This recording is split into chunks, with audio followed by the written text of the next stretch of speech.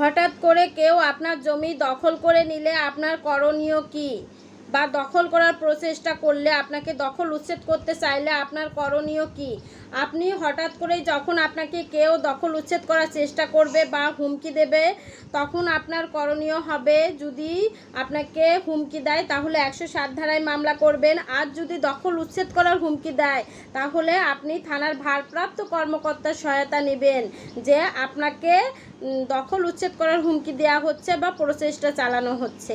তখন কিন্তু ওই থানার ভারপ্রাপ্ত কর্মকর্তা চাইলেই আপনার এই জমিটা দখল উচ্ছেদ হওয়া থেকে রক্ষা করতে পারে এবং আপনার দখলটা বহাল রাখতে পারে। এই পাওয়ারটা কিন্তু সরকার থানার ভারপ্রাপ্ত কর্মকর্তাকে দিয়েছে শান্তি শৃঙ্খলা বজায় রাখার জন্য।